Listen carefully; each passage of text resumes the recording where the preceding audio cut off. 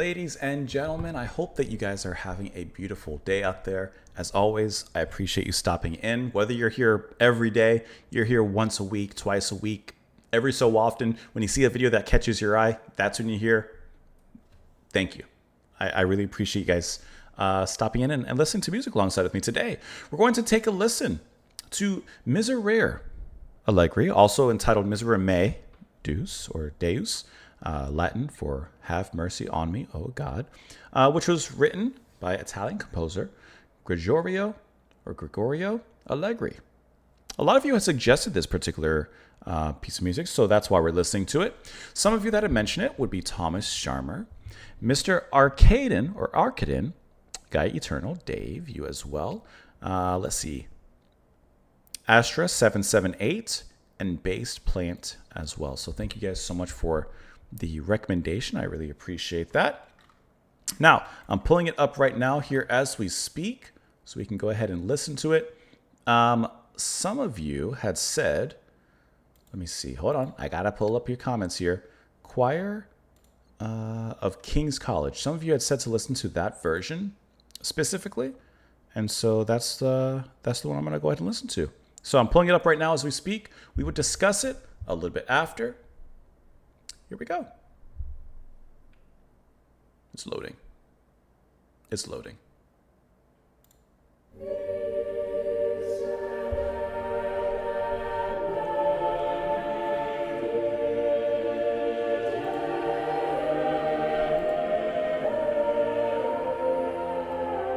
already know I'm enjoying it.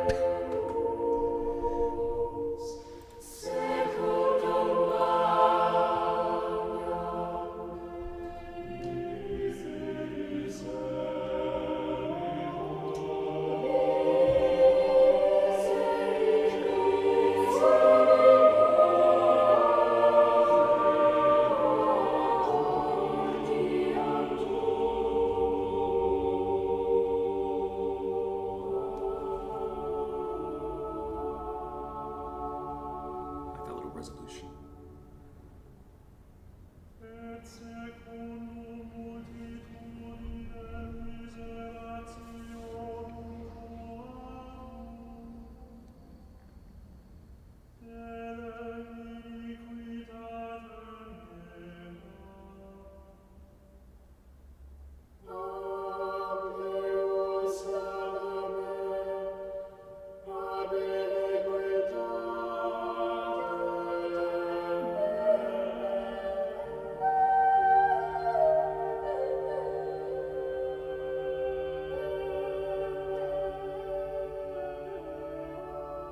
I love that little end note there.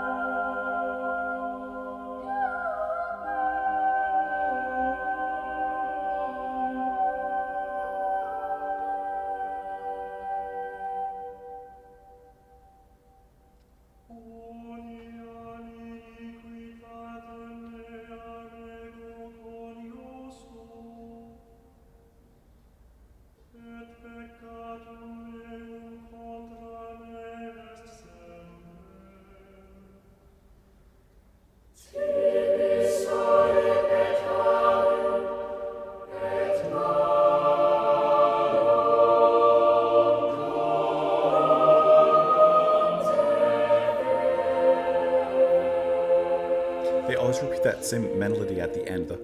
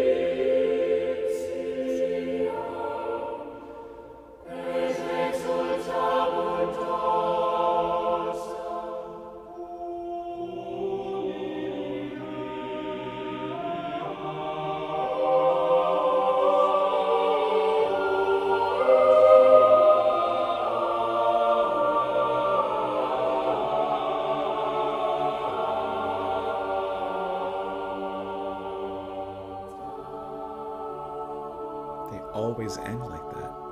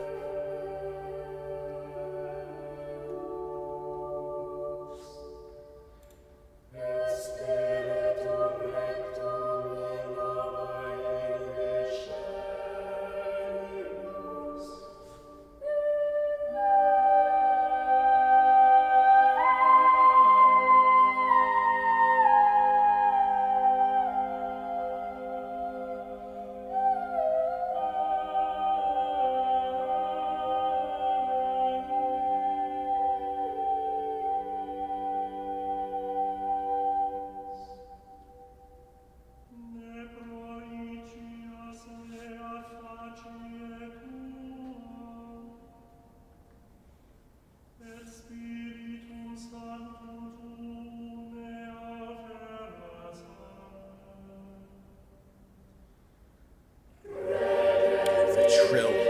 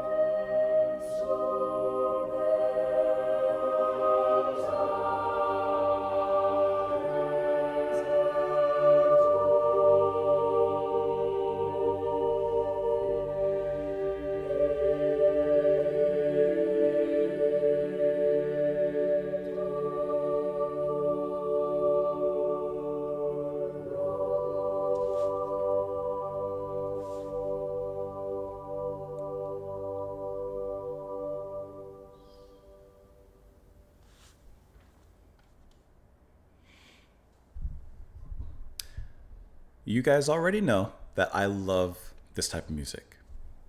So, yeah, I'm biased. It just makes you feel so light after. It just makes you feel so good afterwards listening to such a beautiful, beautiful choir. I really liked how the pattern repeats. There's no changes off of the pattern except for the very ending. It sounds like just one line basically off.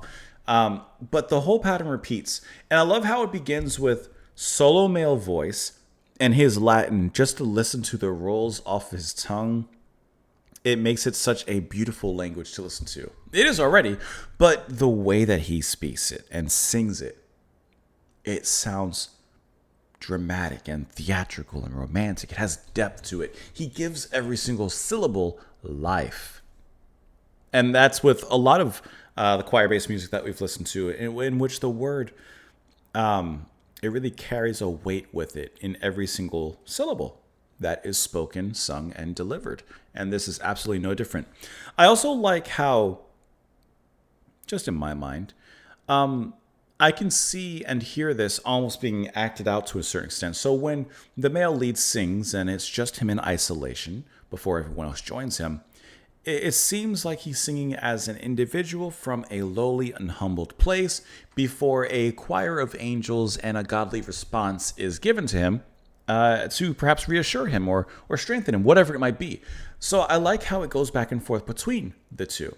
And in that cycle, like I said, after he has his moment in isolation, his soliloquy, then the chorus and range of voices will join in response. You have that lead off of the female singer of one of them that just raises into that crescendo of a note that I can't even try and replicate because I would break all the glass around here. But it's just a beautiful climactic moment. And then as she's holding and sustaining that note, you have a little wave of voices that comes in underneath of that. And they always end with that, or, that kind of note there. They always end with that particular set of notes, which I think is interesting because we have heard those notes as well commonly used in other music in the genre. So I'm curious if that's like perhaps just a staple, kind of like how in blues music you have blues bars and, the certain notes that you play to make it blues. Perhaps you have something similar when it comes to some choir music. I just thought that was interesting when I kind of first heard it. I'm like, oh, we've heard that before in several cases. But like I said, the music doesn't change in the way that it repeats and progresses, but the way that it, to me, satisfies every single time it comes around. You don't really want it to change. You don't want that feeling to go away. You don't want the delivery to go away. You are waiting with anticipation every single time that wave of voices comes around. Because in the lull, it builds anticipation. And in the wave, in the crest, it builds satisfaction and pleasure. And so it's a nice rolling, cycling effect there, listening to this particular piece of music. Let's look at some of the information on this particular one. It was composed during the reign of Pope Urban the 13th. I'm sorry, that is a V. The 8th, probably during the 1630s, for the exclusive use of the Sistine Chapel during the Tenebrae services of Holy Week, and its mystique was increased by unwritten performance traditions and ornamentation. It is written for 3 choirs, 2 of 5 and 4 voices respectively, and a third choir singing plain song responses, each singing alternately and joining to sing the ending in one of the most recognized and enduring examples of polyphony. In this case, in a 9-part tradition, and that ending is when it breaks the pattern just for a moment for that climax. It says the setting of the Miserere was amongst the false Bourdon settings used by the choir of the Sistine Chapel. At some point, several myths surrounding the piece came to the fore, stemming probably from the fact that the Renaissance tradition of ornamentation, as practiced in the Sistine Chapel, was virtually unknown outside of the Vatican by the time the piece became well known. This alleged secrecy is advanced by an oft-repeated statement that there were only 3 authorized copies outside the Vatican, held by Emperor Leopold I, the King of Portugal, and Padre Martini. However, copies of the piece were available in Rome, and it was also frequently performed elsewhere. From the same supposed secrecy stems a popular story, backed by a letter written by Leopold Mozart to his wife, that at 14 years of age, while visiting Rome, his son Wolfgang Amadeus Mozart first heard the piece during the Wednesday service, and later that day wrote it down entirely from memory. Doubt has, however, been cast on much of this story, as the Miserere was known in London, which Mozart had visited in 1764 to 65, that Mozart had seen Martini on the way to Rome, and that Leopold's letter, the only source of the story, contains several confusing and seemingly contradictory statements. And it goes on from there. We're not reading every single piece of information, but just trying to get some of the really interesting bits. The original ornamentations that made the work famous were Renaissance techniques that preceded the composition itself, and it was these techniques that were closely guarded by the Vatican. Few written sources showed the ornamentation, and it was this that created the legend of the work's mystery. The version most performed today, with the famous top C in the second half of the four-voice falso bordone, is based on that published by William Smith Rockstro. It's a great last name. One of the most frequently recorded pieces. An early and celebrated recording of it is one of March 1963 by the choir of King's College, which we just listened to. Maybe, because it says it was sung in English, but we definitely listened to Latin. I thought I chose the right version. It said choir of King's College in Cambridge.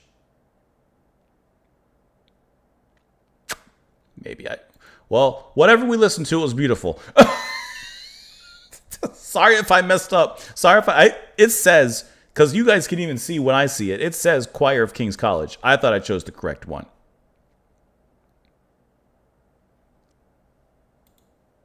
Could be wrong. I just looked at it real quick again. I mean, it says it. Maybe I should have put in 1963 into the year.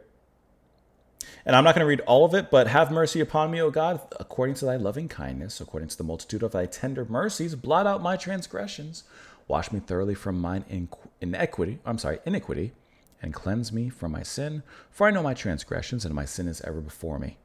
And it goes on from there. It's definitely, as I said, like a prayer of cleansing oneself, purifying oneself, as he says, delivering me from blood guiltiness, creating me a clean heart. And I think that the answer, or the way that, like I said, the male singer leads in here in Isolation, it has that kind of, deliver me and cleanse me and, et cetera, et cetera. So I really like the, not desperation, but the vulnerability that's exposed in the way that he sings there.